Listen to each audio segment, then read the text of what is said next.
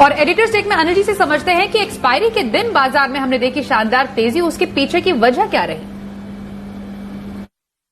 मई महीने के वायदा कारोबार की पहले हफ्ते की एक्सपायरी के दिन बाजार में मजबूत ट्रेड देखने को मिला।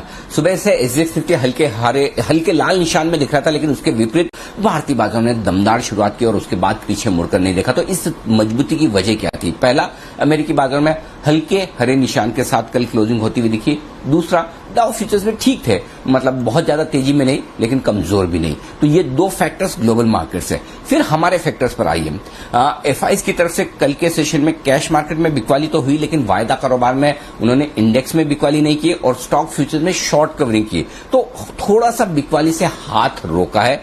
घरेलू फंड ने मामूली से बिकवाली की, तो डेटा थोड़े से बेहतर होते दिखे एफआईज के। अब इन सब के बीच में सबसे बड़ा कारण जिसकी वजह से तेजी हुई है वो था हल्का बाजार। पुट कॉल रेशियो 1 के आसपास ओवरसोल्ड और लगातार 3 दिनों से ओवरसोल्ड, और यही वजह है बाजार हर निचले स्तरों से लगातार रिकवरी दिखाने के मूड में आते हुए दिखे। और आज भी जो पुट कॉल रेशियो 1 के आसपास था और एक्सपायरी का दिन, तो शॉर्ट कवरिंग होना तो तय थी। यही वजह कि एक बड़ा नेगेटिव फैक्टर है जिसको बाजार ने पूरा नजरअंदाज किया, और वो है कोरोना के बढ़ते हुए मामले। 4 लाख से ज्यादा फिर से नए रिकॉर्ड मामले कल आते हुए दिखे, हाईएस्ट एवर।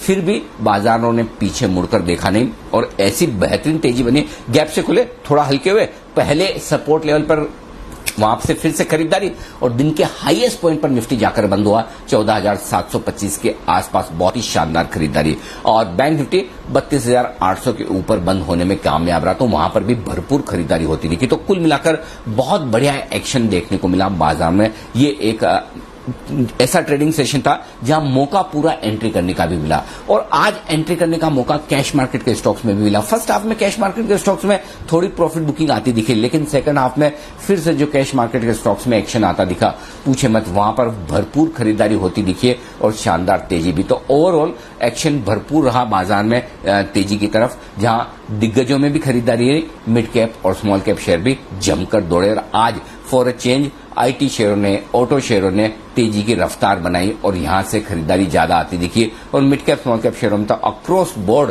सब तरफ तेजी का माहौल है ही।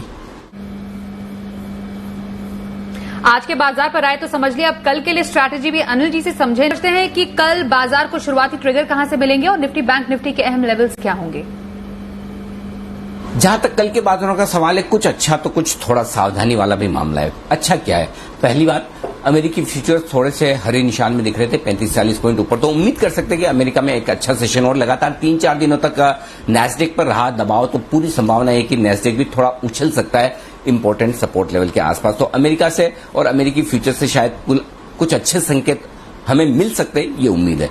दूसरा, मोमेंटम स्ट्रांग है और बाजार दिन की ऊंचाइयों पर बंद हुआ, यानी कि कल के लिए कॉन्फिडेंस पूरा है कि थोड़ी और तेजी बन सकती। तो ये दूसरा कारण है जहां पर तेजी बनने के पूरे आसार बनते हैं। लेकिन एक दो चीजें हैं जहां पर आपको थोड़ा नजर रखनी। पहला, अगर फिर से 4 लाख से ज्यादा कोरोना के मामले आए तो थोड़ा वो मूड खराब करने वाले हैं, सावधानी वाले मामले। क्यों? क्योंकि शुक्रवार का सेशन है और आमतौर पर वीकेंड सेशन पर थोड़ा डर रहता है कि कहीं शनिवार रविवार को कुछ और प्रतिबंध बढ़ न जाए, सोमवार को जब हम आए तो कोई ऐसा नहीं कि बड़ी खराब खबर सुनने को मिले। तो उस लिहाज से सेकंड हाफ में या दिन के दौरान एक प्रॉफिट बुकिंग आ सकती है। दूसरा एक कारण और है, देखना होगा कि आज के सेशन में सिर्फ शॉर्ट कवरिंग हुई है एफआईज की तरफ से, ट्रेडर्स की तरफ से, या खरीदारी भी हुई है, वो आंकड़ा भी इंपॉर्टेंट होगा। लेकिन एक ट्रिगर और है जिस पर नजर रखनी है, और वो ये कि आज और पिछले 2 दिनों में शॉर्ट कवरिंग का बड़ा सहारा मिला, वीकली एक्सपायरी, लेकिन वो शॉर्ट कवरिंग तो हो चुकी है, आज खत्म। तो अब कल के लिए आपको फ्रेश खरीदारी चाहिए, शॉर्ट कवरिंग का सहारा नहीं। तो पुट कॉल रेशियो भी देखना जरूरी होगा, बाजार में पोजीशन किस तरह की रहती है। इन सबके बीच में कल के लिए जो इंपॉर्टेंट सपोर्ट लेवल है वो है 14,600 14,650।